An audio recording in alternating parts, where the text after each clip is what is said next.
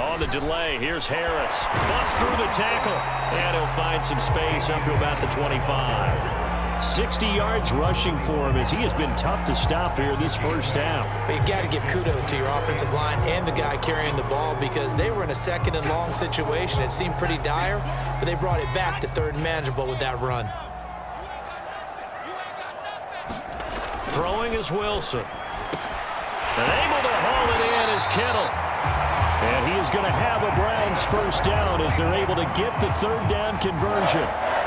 They brought in a heavy set on third down, and that usually means running play, but we have seen them throw out of that formation. And sure enough, they snuck the tight end out on that one, wound up hitting him for a first down. From the 34 now, here's 1st and 10. Now it's Wilson.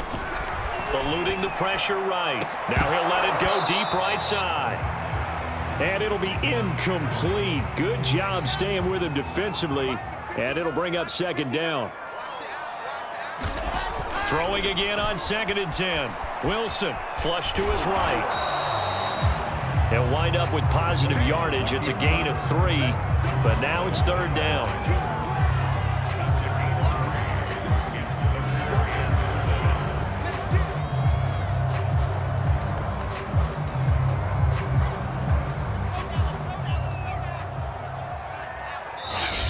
Now whistles come in. We're going to get a timeout here by the offense. And with that, they're now out of timeouts and still plenty of time remaining here in this second quarter.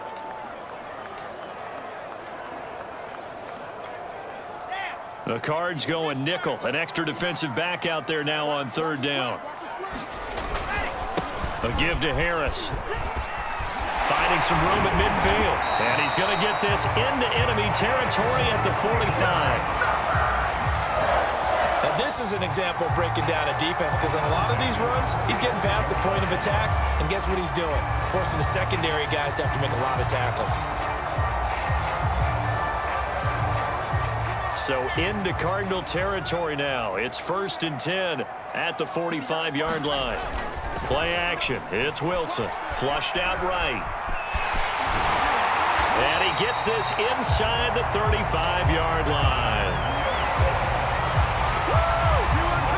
As a rookie quarterback, that's exactly how you endear yourself to your teammates. Give it up for the cause. It's also how you end up on the training table, too. Yeah, it's a catch-22. Coach doesn't like it. Teammates love it. Where do you fall on it? Well, I fall on wanting to endear yourself to your teammates, but pick your spots. Be smart about it. They need you for the full season. Yeah, the rookie's going to learn as he goes.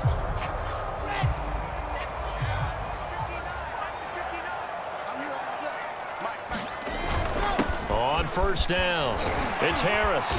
And they'll get him down after a pickup of 8, 2nd and 2. Hey, when you get good yardage like that on 1st down, it really does a whole lot of good for your entire offense. But I love the way he's finishing those runs. At the end of things, he's making sure he gets just a little bit extra. And he'll be brought down at the 21, just shy of the 20 in the red zone. I hope we give enough respect to the big guys up front because they have been getting it done on this drive. The holes have been large, and they've been barreling through them, picking up 1st downs.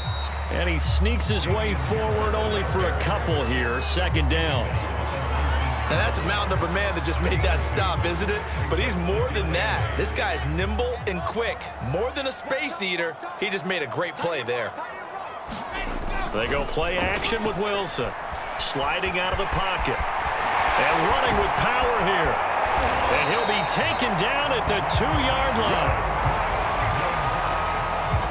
Well, Charles, in the past, a lot of people called this offense one-dimensional. I think you did. Well, I think it was you. I'll be honest, I did. I think the fan base is hoping with this young rookie that they can put some wrinkles in this offense like we just saw. I think you're exactly right because we did have that discussion that what we've seen in the past from them, they needed to broaden, and they have done it here. Look at what he's bringing to their offense, and now as a defensive coordinator, you've got some extra work to do to prepare for him and their offense. Harris. And he is into the end zone. Touchdown, Cleveland. Damian Harris, his 10th touchdown of the season, 2nd of the game. And the Browns are going to tack on to their advantage. So his strong first half continues as he finds the end zone here for the second time. And definitely good blocking at the point of attack, and you just have to love watching the way he can create space down near the goal line, and he's able to take it into the end zone.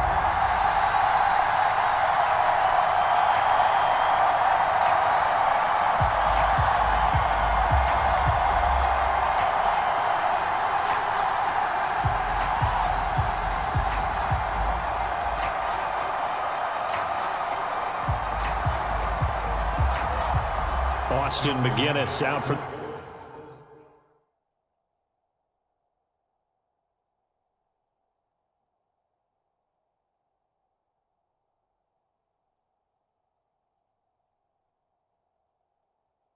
the extra point.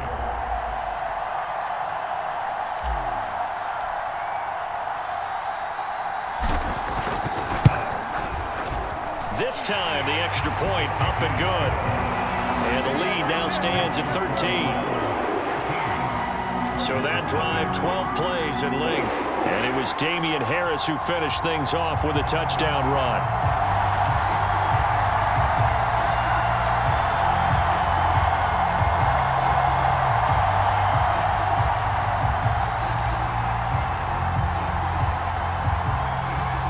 The kickoff team on the field now as they will send this one away. Mostert now to return. And he takes this near the 25. Just a little pass there. Call it the 26. The football going back over to Arizona now. It hasn't gone particularly well for them. That's obvious. In these conditions, no points so far. They've got to get that offense on track. The question, how do they do it? It is the age-old question, isn't it? And to me, finding a way to make sure your playmakers touch the ball without it being too exotic. Meaning you don't have to go deep down the field. Maybe you hit them on those short passes on the perimeter. Make sure you just turn around and hand it to your best runner and get out of the way. Don't cause any extra stress on your offense. Here's a pass swung out left to his running back. And he gets this up across the 35 before he's out of bounds. Another catch for him there on this drive, Brandon, and it looks like they're going to utilize him out of the backfield any way they can. And that time they pick up a first down. So now on defense, do you assign a man to him and try and cover him before he gets going? Meanwhile, Goff's throw here taken in by Boykin. And that'll be good for 8 yards to the 45. To the air again. Goff toward the center of the field, but it's incomplete. You can tell they wanted to get that ball downfield, but they had nothing working in the secondary, so he dropped it up to the running back. That one ended up incomplete.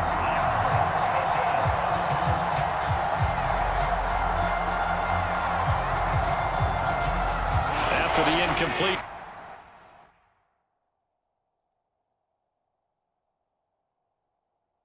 Here now, 3rd and 2.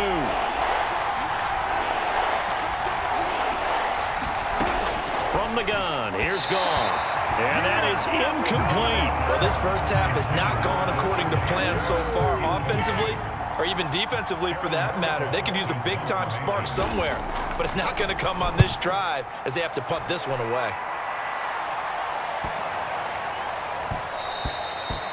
And he didn't quite have the backspin on that one. It hits at the 4 and continues into the end zone. It's a touchback. There again is the running back as he trots onto the field. He's in his zone, second quarter, already closing in on a 100-yard game. And that's the magic number for a running back. Anytime you get to that triple digits, that's all you're looking for.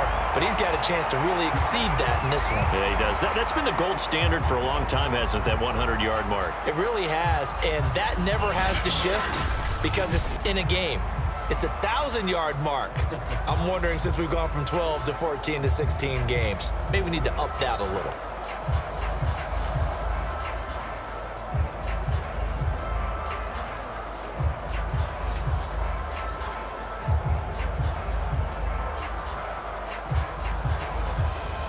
From all the way up at the 30.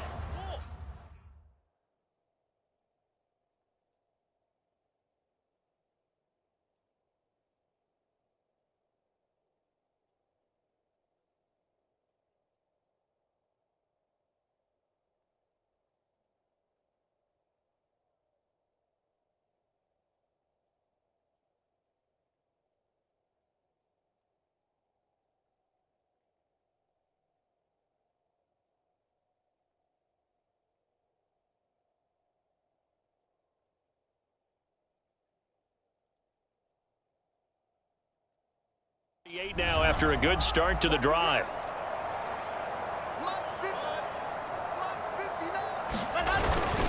They'll run. Here's Harris.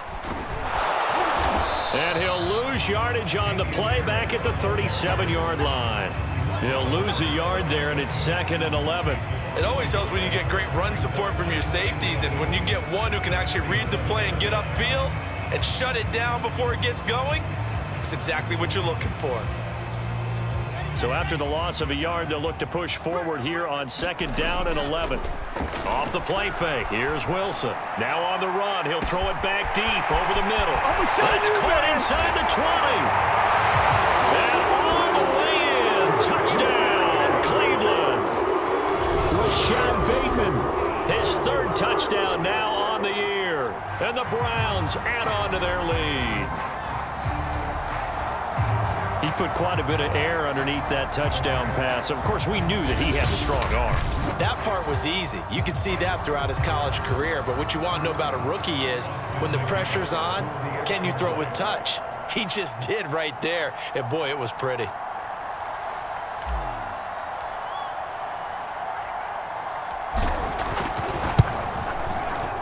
Footing always a concern, but the extra point's up and good. And that pushes the lead up to an even 20.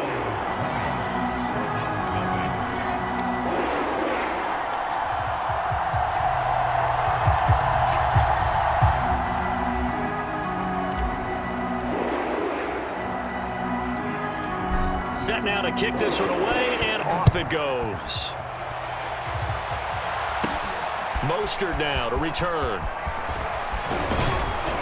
And a nice return sets him up pretty good here right at the 30-yard line.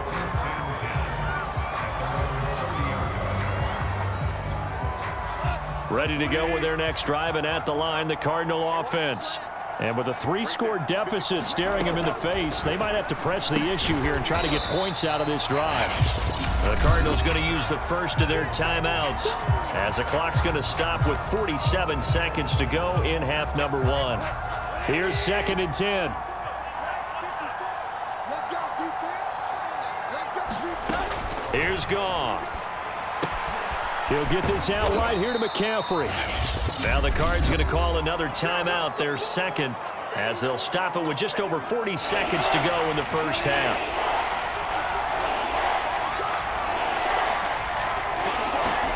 Goff. And he'll dump this off to his running back, McCaffrey. And he is going to have a Cardinals first down. He needed 5. He got it barely, as it will officially go down as a gain of 5 yards. He'll get this underneath to McCaffrey. And the result here, a pickup of 8. Leaves him with 2 to go on 2nd down. The Cardinals forced to burn their 3rd and final timeout, as the clock will stop with 18 seconds to go in the first half. To throw again on 2nd down. Goff. Over the middle, that's caught by Adams. And they'll get him down as he's inside the 40. A good pickup, but it will come on what should be the final play in this first half. So we reach halftime in what's been a fairly one-sided game so far. As we'll send you down to Orlando, and we check in with Jonathan Coachman for our EA Sports Halftime Report. Coach. All right, Brandon, thanks. A few teams starting to rise to the top as it's time to take you around the NFL here in Week 6. We'll get things started up at Ford Field in Detroit, where you see the final score there. Mac Jones, strong in the victory, as his guys run their record to 6-1 on the campaign. From there, we'll make the trip down to Indianapolis to check on the Colts at home at Lucas Oil Stadium. And they were losers in that one to the visiting Houston Texans. Patrick Mahomes leading the way in the victory with 3 touchdown passes. Finally, let's get you to Baltimore and check on the Ravens at home at M&T Bank Stadium. And they were losers in that one to the visiting LA Chargers. Cooper Kupp, a touchdown catch in the victory. Meanwhile, in our game, it's been a back-and-forth first half. Who